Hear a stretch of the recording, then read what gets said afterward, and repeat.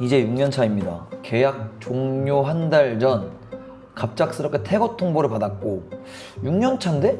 권리금도 보장받지 못한다고 하는데 이렇게 가만히 앉아서 6천만 원이랑 큰 돈을 포기하고 나갈 수밖에 없는 건가요? 어느 정도인지 모르겠지만 일단 증거 자료를 잘 확보하셔야 되거든요. 뭐 CCTV나 방문 일지 기록, 아니면 통화 녹음, 업무 방해죄, 당장 나가라 가게 망하게 하겠다, 협박죄로 성립이 될 수 있어요. 증거 자료 확보해서 명예훼손죄입니다. 영업 공간에 무단 진입을 해요. 그러면 또 뭐야? 주거 침입죄입니다. 대표님, 네. 오늘은 또 권리금도 못 받게 된 사연이 있어가지고 한번 가져와 봤습니다. 이제 6년 차입니다. 계약 종료 한 달 전 갑작스럽게 퇴거 통보를 받았고 6년 차인데? 나 상가보호법이 10년까지 적용되는 거 아닌가? 권리금 문제도 있고 나갈 수 없다니 4개월 연장 계약서를 들고 와서 사인하게 한테 나가라고 소리 지르네요. 안 나가도 되잖아요. 그냥 나가야 되는 상황도 있긴 있어. 본인이 장사를 한다고 하면 나가게 할 수 있단 말이에요. 처음 계약했을 때도 기존 세입자보다 20만 원 비싸게 계약을 했고 2년마다 재계약할 때 법정 최고 5% 매번 인상했어요. 그러다 보니 월세도 시장 시세보다 많이 비싸져서 기존 월세에도 들어올 사람이 없는데 다임 세입자를 구하려고 하니 지금부터 40만 원 더 올려서 받지 못하면 사인을 안 해줬다고 엄포를 놓고 가셨습니다. 임대인을 잘 만나야 돼요. 이거 진짜 운이야 이것도 진짜. 주변 부동산에서도 그렇게 얘기를 했는지 저희 매물을 받아주지 않아요. 기존은 210만 원에 새로운 사람한테는 250만 원 아니면 사인을부터 주겠다고 합니다. 법적으로 알아보니 새로운 세입자가 구해지지 않으면 권리금도 보장받지 못한다고 하는데 이렇게 가만히 앉아서 6천만 원이랑 큰 돈을 포기하고 나갈 수밖에 없는 건가요? 아니, 이 상가 양도양수 받은 게 아니면요 10년 동안 일단 안 나가도 돼요. 걱정할 필요가 없습니다. 상가보호법이 10년까지 적용이 되기 때문에 안 나가도 되는 거고, 대신 나가야 되는 경우가 있어. 가족분이 장사를 한다고 했을 때 있잖아요. 그때는 세입자가 나가긴 해야 돼. 근데 이제 진짜 본인이 장사를 안 하는 경우가 있을 수도 있으니까 그걸 잘 봐야죠. 당하고 있을 수 없으니까. 일단 다른 세입자를 구하려고 하는 거 보니까 안 나가도 될 것 같은데요? 굳이 걱정할 필요가 없습니다. 그냥 안 나간다고 얘기를 하면 됩니다. 임대료 5% 올리는 것도 솔직히 말해서 뭐 우리가 법적으로 어떻게 할 수 있는 건 없잖아요. 근데 매년 5%씩 계속 올리는 것도 저는 문제가 좀 있다 생각해요. 그러니까 뭔가 그 건물주의 성향을 잘 파악하고 들어가야 돼요. 진짜 스트레스 엄청 받아. 지금 댓글 보니까는 임대차 보호법으로 거의 10년은 계실 수 있을 건데요. 이거 맞는 얘기잖아요. 계약기간 끝나기 전에 임대인이 임차인의 갱신 요구를 거절할 수 있거든요. 그 경우는 3개월 동안 이제 월세가 밀린 적이 있다던가, 아니면은 건물주 동의 없이 뭐 다른 업종을 바꿨다던가, 아니면은 다른 분들에게 재임대를 해주고 있다던가 동의 없이, 이럴 경우는 임대인도 10년 상가보호법 전에 임차인의 이제 계약 갱신 요구를 거절할 수 있다. 만약에 이런 일이 없다고 한다면, 정상적으로 운영을 했다고 한다면 10년 동안 상가보호법이 적용이 되니까 그 전까지 나가지 않아도 될 것 같고. 그리고 댓글을 또 보면 주변보다 현저히 비싼 월세를 좀 요구했다고 하는데, 만약에 이제 그렇게 요구를 하면서 세입자를 못 구하게 만들면 이거는요 임대인이 좀 권리금 회수 방해행위로 저희가 또 법적 소송을 걸 수 있습니다. 제가 그 보니까 글 쓴 이분이 임대차 보호법 이런 걸 모르는 것 같진 않더라고요. 네.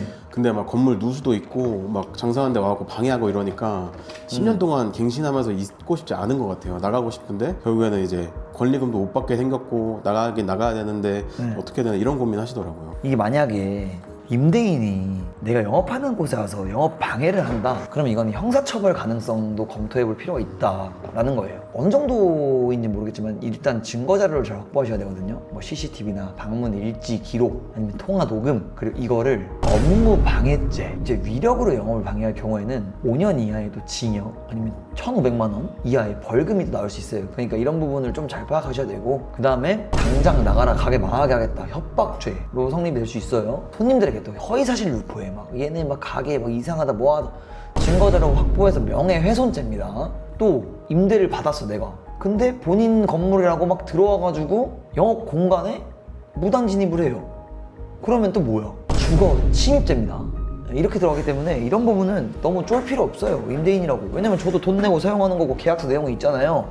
이런 거는 상가보호법에 다 적용이 되어 있는 거기 때문에 너무 이렇게 걱정하실 필요는 없을 것 같고, 임대차 보호법 10조 4 보면 그대로 나와 있어요. 임차인이 주선한 신규 임차인이 되려는 자에게 위법이라는 거예요.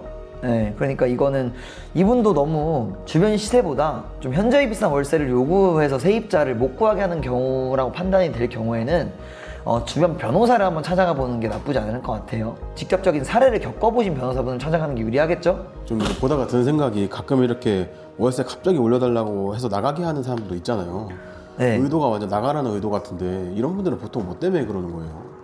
이게 솔직히 그런 게 아닐까? 뭔가 장사가 잘 되니까 더 높은 월세를 받을 수 있지 않나라는 욕심? 또 우리 옛날에 남산 돈가스 같은 데 보면 장사 잘 되니까 건물 쪽으로 나가니까 바로 그 자리에 똑같은 업종으로 들어오잖아요. 이런 생각 때문에 이런 일이 벌어지자라는 생각이 전 들어요. 그래서 상가보호법이란 게 잘 적용이 됐다라고 생각이 듭니다. 근데 임대인이 월세 올려달라는 뭐 법정 최고치 5%를 요구할 때마다 다 올려줘야 되나요, 그러면? 고지고대로 다 올려줄 필요는 없다. 왜냐면 저도 사실 올려달라고 하는데 항상 헝그리 마인드, 제가 이제 임대인과 부동산 업자와 얘기할 때는 헝그리 마인드로 얘기를 하기 때문에 올려달라고 하면 알겠습니다, 고지고대로 오케이가 아니라 안 된다, 부탁드리겠다, 진짜 안 된다, 돈이 안 남는다 얘기하다가 계속 끝까지 5만 원 올려달라고 하면 25,000원 이렇게 점점 같이 조율을 하면 된다. 웬만한 임대인분들도 조율을 해줘요. 악덕 임대인분, 이런 분들 말 안 통하는 분들 있잖아요. 이런 분들은 대화 안 해주려고 하는데 웬만하면 다 해줍니다. 이거 보니까 임대인이 월세를 올려가지고 권리금도 못 받게 생겼다는데 혹시 이게 무슨 말인지 혹시 이해 가시나요? 이해가 가는 게 여러 가지 상황이 있겠죠. 근데 다만 제가 딱 이 글을 봤을 때는 월세를 올리면 평균적인 주변 시세가 있을 거 아니에요. 근데 그것보다 훨씬 더 높으니까 다른 세입자가 안 구해지겠죠. 여기 들어갈 바에 딴 데 들어가. 매월 들어가는 고정지출 낮아지는데 그 다음 세입자한테는. 그러니까 이런 얘기가 나오는 것 같은데, 권리금을 줄 사람 자체가 안 구해지는 거네요. 이 매장에 대한 가치가 어마어마하게 크면 주변 시세에 비해 비싸더라도 들어오겠지만, 그게 아니면 굳이 다른 자리 들어가겠죠. 매월 고정 비용이 줄어들면 장사하는 사람 입장으로도 좋잖아요. 혹시 권리금에 관해서 흔히 오해하는 거는 어떤 게 있을까요? 이게 보증금이랑 권리금이 있잖아요. 보증금 같은 경우에는 법적으로 보장이 되는 거죠. 근데 이제 권리금 같은 경우에는 법적으로 보장은 안 되지만 그래도 우리가 양도하게 되는 경우에는 권리금을 받을 수 있는 기회를 보장을 해준다고 하더라고요, 법적으로. 네, 그렇기 때문에 그런 부분을 좀 잘 알고 있으면 좋을 것 같습니다. 근데 권리금이 장사에선 되게 중요한 것 같다고 느껴지는데 처음 장사할 때 권리금이 있는 상가는 특별히 더 체크해야 될 게 혹시 있을까요? 입지를 잘 파악해야죠. 그 입지가 정말 괜찮은지 본인 상권이랑 맞는지. 왜냐면 권리금 내고 들어갔는데 마감하면 어떡할 거야? 안 되잖아요. 그만큼 뭔가 본인도 그 가치를 알고 들어간 자리와 입지이기 때문에 그 부분의 가치가 그 권리금에 대한 가치에 맞는지, 본인이 들어가는 아이템 있잖아요. 그 아이템이 그 상권에서 어느 정도 팔 수 있는지를 보려면 전 가장 정확한 데이터는 주변에 있는 본인과 비슷한 업종 아이템. 왜냐면은 좋은 입지일수록 권리금이 있을 거고, 그런 입지일수록 경쟁 아이템의 식당들이 밀집돼 있을 거란 말이에요. 그럼 밀집돼 있는 식당들이 어느 정도 매출되는지 이 정도는 좀 잘 파악하고 우리도 이 정도 낼 수 있겠다, 이렇게 좀 보고 들어가야 될 것 같은 생각이 들어요. 결론은 그냥 장사하는 것보다 이 권리금을 내고 들어가는 만큼 훨씬 더 데이터와 수치를 정확히 파악하고 성공의 확률로 가라고 하는 거죠. 권리금이 합리적인지 확인하는 방법이 또 어떤 게 있어요? 일단은 권리금이 시설 권리금이 있고 바닥 권리금이 있겠죠. 그러면은 그 매장에 뭐 포스 매출이나 부가세나 아니면 과세표준 증명원 아니면 뭐 카드 매출 내역 이런 걸 좀 잘 봐야겠죠.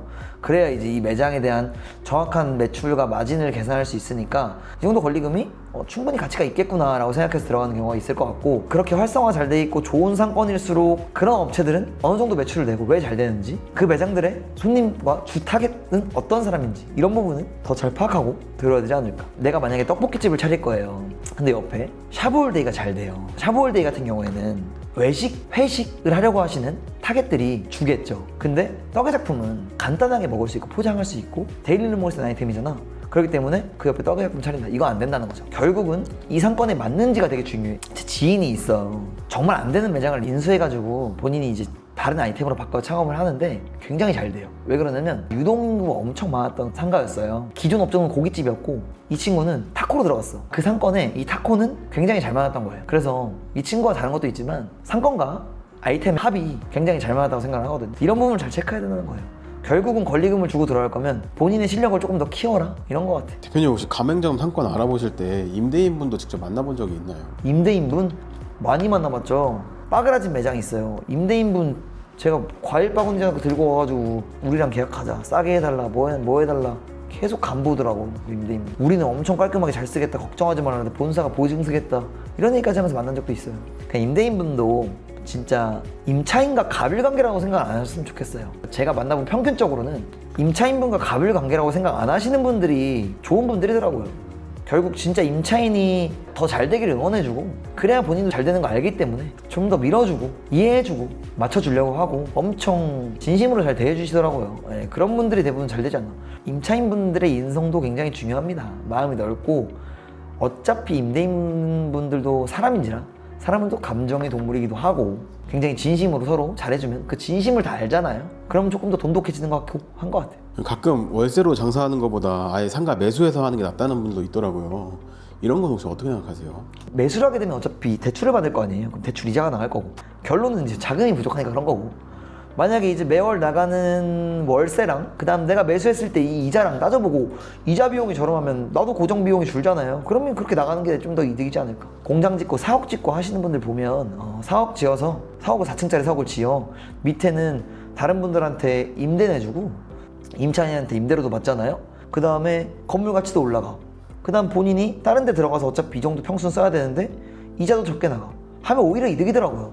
마지막으로 장사 안 되는 거는 남 탓하면 안 된다 하셨잖아요, 항상. 네.